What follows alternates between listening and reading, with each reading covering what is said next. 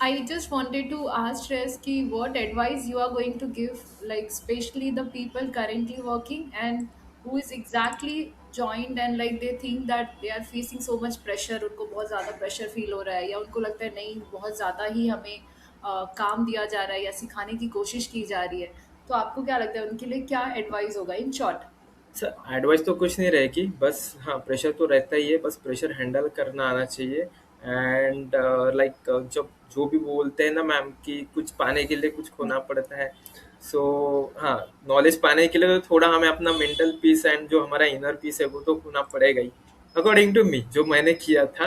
Correct. तो that's all ये कि फाउंडेशन ईयर है ना श्रेयस, फाउंडेशन ईयर है मैम, तो स्टार्टिंग फाउंडेशन के। ईयर में थोड़ा सा तो मेहनत करना पड़ेगा। जो एथलेटिक होता है तुम अगर देखोगे तो वो सैंड में जाके वो रनिंग करते हैं, क्यों? क्योंकि उनको ज्यादा उसमें रेजिस्टेंस मिलेगा तो दे विल मूव फास्टर जब करेक्ट। वो लेवल फील्ड में आएंगे।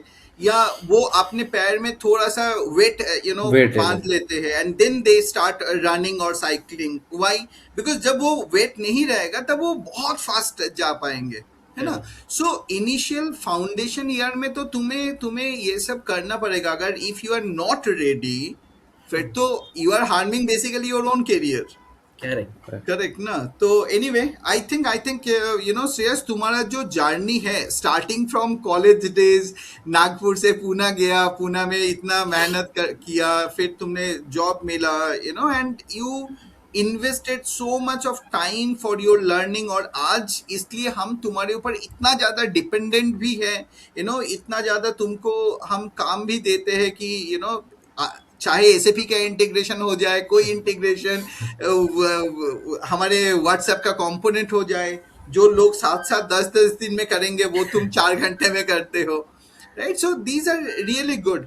आई कैन से कि अभी तक मैंने जितना भी श्रेयस के साथ काम किया है द कोऑर्डिनेशन वाज गुड।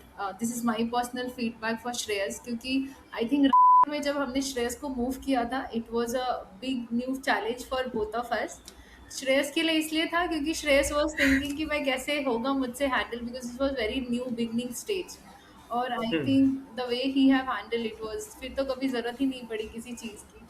तो I think it's good Shreyas. I think काफ़ी लोगों को थैंक यू टीम मैम। से सीखना चाहिए कि 2 इयर्स में जो आपने लर्निंग की है अदर देन ऑफिस टाइमिंग में तो आप ऑफिस काम कर रहे हो, बट जो भी एक्स्ट्रा आपने अभी हमें एक्सप्लेन किया that is all after office hours you have given the effort. तो initially I think everybody should learn from you and I think उनको ये एडमायर करना चाहिए।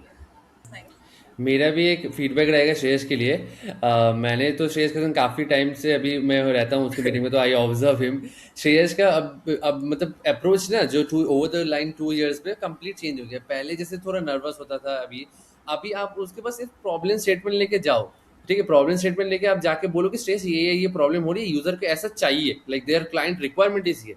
तो वो अंडरस्टैंड करते हैं पहले एकदम कामली, वो सुनता है कि सर आपका ये प्रॉब्लम है, क्लाइंट को ऐसा ऐसा चाहिए, वो एनालाइज करता है। Then he has only one reply, sir मैं ट्राई करता, आप मुझे थोड़ा टाइम दो, मैं ट्राई करता।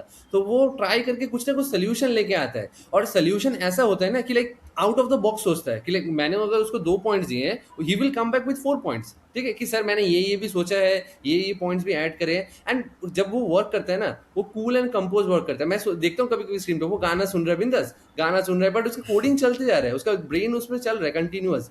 तो that is very good thing about him. तो अभी वो चीज़ें प्रेशर्स को एकदम कामली हैंडल करता है। तो that is a very good thing about him, जो मुझे अच्छा लगता है। Just anything you want to suggest us as a like team कि हमें और किस न्यू कमर्स पे किस पे कैसे काम करना चाहिए, जो न्यू डेवलपर्स हैं उनको और कैसे इंस्पायर करना चाहिए, anything you want to suggest us? No ma'am, जैसा चल रहा है वैसा, मतलब जो बेस्ट है वो ऐसा चल रहा है। थोड़ा हाँ, थोड़ा काम का प्रेशर आता है, विशाल सर समटाइम्स गेट स्ट्रिक्ट तो बट वो भी हमारे बेटर फ्यूचर के लिए ही है sir. Yes. Correct ma'am.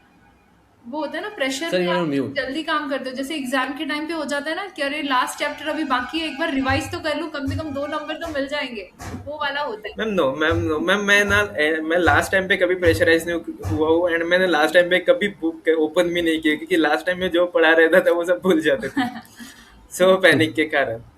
So I never get pressurise. मैं काम को एज अ कामली हैंडल करता हूँ एंड दैट्स ओनली रिक्वायर्ड कि आप सिचुएशंस को कैसे हैंडल करते हो, क्योंकि आप जब तक ये अंडरस्टैंड नहीं करोगे कि वो आपकी लर्निंग के लिए, आई थिंक वो आउटपुट नहीं मिल पाता है। Correct Agree. Ma'am. Sorry, one thing I want to add here कि जो भी लोग अभी तक हमारे कंपनी में ज्वाइन किए हैं, all of them are in very good position. Yes. But मैंने कुछ लोगों को बोला है कि they will be in exceptional position. somebody like Amit, somebody like Jay, they will be in exceptional position. तो मैं श्रेयस के बारे में भी वही बोलता हूँ कि श्रेयस, आई गारंटी कि अच्छा तो तुम करोगे, there is no doubt about it, but you will do exceptionally well, that I guarantee.